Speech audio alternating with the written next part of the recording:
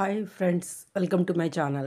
In this video we are going to know about the revision of 5th class textbook as we are in March month. Okay March means revision కోసం అని నేను ఈ video చేస్తున్నాను. ఒక్కసారి చూడండి. ఇందులో మనం గ్రామర్ అన్ని నేర్చుకుందాం. ఇక్కడ fill in the blanks with suitable words given in the hint box. అంటే హింట్ ఇస్తూ ఇక్కడ మనకి వీటిని ఆన్సర్స్ ఏవైతే ఉన్నాయో వాటిని హైలైట్ చేశారు. అవి ఒకసారి చూద్దాం. Education, excited, wave, narrow, wheelchair. వీటిని ఇప్పుడు మనం కరెక్ట్గా మన అండర్స్టాండింగ్ మేరకు మనం నింపుదాం. Okay, first one, Mallika was so dash that she couldn't after dawn. Yes, answer is excited. Then the second one, the way to the school is dash, rocky and uneven. Yes, narrow and uneven. Third one, Mallika can dash a variety of cane baskets. Yes, weave. Fourth one, Mallika uses a dash to move around. Yes, you know the answer, wheelchair. Fifth one, children have the right to get education. ఇలాగా మీరు వీటిని fill చేయండి. Now the next activity 3, vocabulary. Choose the meaning of the underlined word in the given context. One has been done for you. Example, she eagerly looked out of the window. You have to choose the correct option which gives the correct meaning of eagerly. Yes, answer is C, heartily. Here eagerly means heartily in the context. అంటే చాలా ఉత్సాహంగా, ఆతృతగా, హృదయపూర్వకంగా అన్న అర్థంతో ఉన్నది. So likewise you have to fill the remaining brackets. Okay, see here. First one, she was so excited that she couldn't sleep after dawn. Here excited means very happy. That means a. Second one, the way to the school is narrow, rocky and uneven. Here narrow means not wide, opposite. Wide అంటే విశాలంగా ఉంటుంది, narrow అంటే చాలా ఇరుకుగా ఉంది, సన్నంగా ఉంది అని అర్థం. థర్డ్ వన్, హెర్ నాన్న always consoled her. Consoled means here comforted, అంటే తనకి చాలా అతనితో ఓదార్పుగా ఉంటాడు ఆ తండ్రి. Fourth one, but would you like to come to school if possible. ఈ insisted. Insisted means here asked. Now the fifth one, the next day he assembled the parents committee. Assembled means here the అందరినీ ఒక దగ్గరికి తేవడం, అంటే meeting లాగా. Brought together. Yes. Sixth one, the village panchayat contributed by laying a good road. Contributed, here contributed means assisted. వాళ్ళు contribute అంటే సహాయం చేశారు, ఒక రకంగా రోడ్డు వేయడానికి హెల్ప్ చేశారని అర్థం. Last one, I never dream I would see a day like this. Dream అంటే ఇక్కడ కలగనడం, ఊహించుకోవడం అని అర్థంలో వస్తుంది కనుక imagine. Okay, I don't want to give answers, please listen once you want. Okay, now the activity 4, observe the underline words in the given sentence. Her family resides on foot hills of Nallamala. Here you can see another example. You can wave a variety of cane baskets faster than anyone else. The word foothills and anyone have 2 words each. Yes, మీకు ఈ పాటికి అర్థమై ఉంటుంది. Foot hills అనేవి 2 పదాలతో ఏర్పడ్డాయి, అలాగే anyone కూడా 2 డిఫరెంట్ వర్డ్స్తో ఏర్పడ్డాయి. ఇక్కడ ఫుట్ హిల్స్, ఎనీవన్ కూడా ఎనీ ప్లస్ 1 ఈ రకంగా ఉన్నాయి. ఇలాంటి వర్డ్స్ని మనం ఏమంటామంటే కాంపౌండ్ వర్డ్ అంటాం. కాంపౌండ్ వర్డ్ అంటే such a combination of 2 or more words to form a new word is known as compound word. ఇప్పుడు కాంపౌండ్ వర్డ్ ఏంటో మనం ఒకసారి చూద్దాం. 2 డిఫరెంట్ వర్డ్స్ ఇంకొక డిఫరెంట్ వర్డ్ని ఫామ్ చేస్తాయి. ఒకటోది sunflower, newspaper, blackboard, rainbow, handbag. Okay, now the next activity, let's identify and underline the compound words in the given sentences. Yes, see here, I have many books on my bookshelf. The fireman put out the fire. We wear a raincoat in rainy season. I got sunglasses as my birthday gift. It is very important to have breakfast in the morning. Now the time to identify the compound word. See here. See the answers. First one bookshelf. Second one fireman. Raincoat.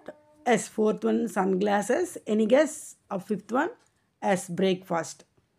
Now coming to the next activity.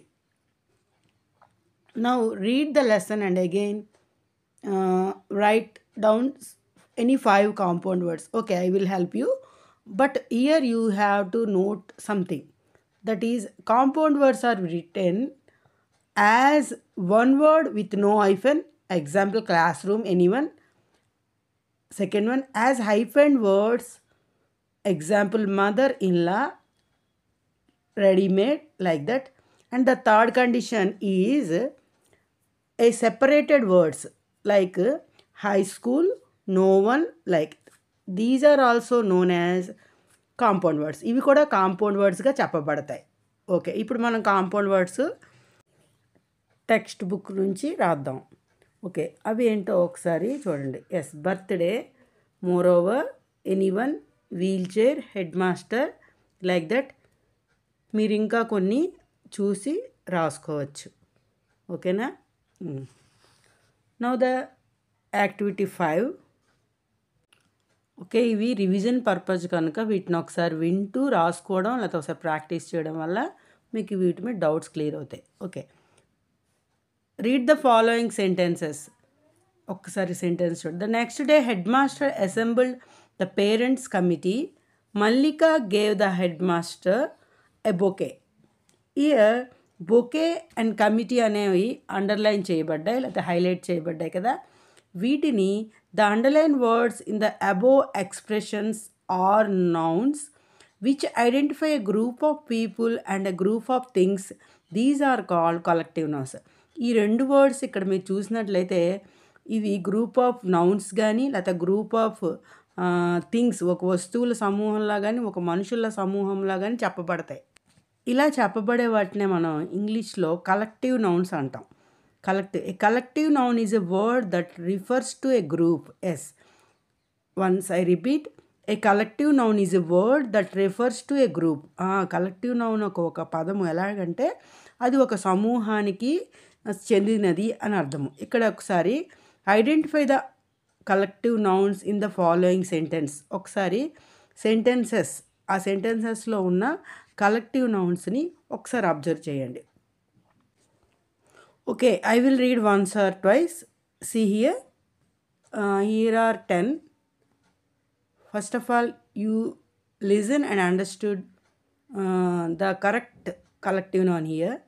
First one, the army of soldiers is trying to battle against the enemies. The troop is headed towards the battlefield. The battalion had one loaf of bread to eat. A tribe of natives fed them with their tubers. Fifth one, they stayed in the forest of trees.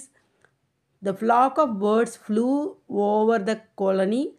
The habitants grazed their cattle in the plains. The swarm of bees attacked the herders. The military saved them from the bees. A little girl thanked them with bouquets. Okay.